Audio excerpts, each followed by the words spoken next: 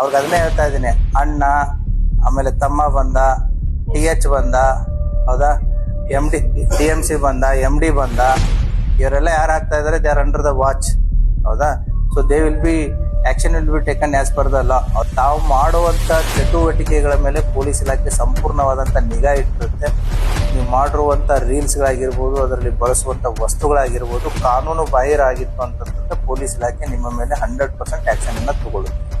So ಹಾಗಾಗಿ social media ಬಳಕೆದಾರರಾಗಿರ್ಬೋದು, reels ಮಾಡೋರಾಗಿರ್ಬೋದು, ಅದರಲ್ಲಿ use ಮಾಡುವಂತ ನಿಮ್ಮ ಇಕ್ವಿಪ್ಮೆಂಟ್ಸ್ ಆಗಿರ್ಬೋದು, ಹೌದಾ, ನೀವು ಮಾಡುವಂಥದ್ದು ಸಮಾಜದಲ್ಲಿ ಭಯವನ್ನ ಸೃಷ್ಟಿ ಮಾಡುವಂಥದ್ದಾಗಿತ್ತು ಅಂತಂದ್ರೆ ಇಲಾಖೆ ನಿಮ್ಮ ಮೇಲೆ ನಿರ್ದಾಕ್ಷಿಣ್ಯವಾಗಿ ಕ್ರಮವನ್ನ ಕೈಗೊಳ್ಳುತ್ತೆ.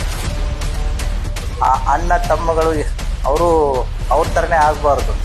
ಹಾಗಾಗಿ ಅವ್ರಿಗೆ ಅದನ್ನೇ ಹೇಳ್ತಾ ಇದ್ದೀನಿ. ಅಣ್ಣ, ಆಮೇಲೆ ತಮ್ಮ ಬಂದ, TH ಬಂದ, ಹೌದಾ, DMC ಬಂದ, MD ಬಂದ, ಇವರೆಲ್ಲ ಯಾರು ಆಗ್ತಾ ಇದಾರೆ, they are under the watch. ಹೌದಾ.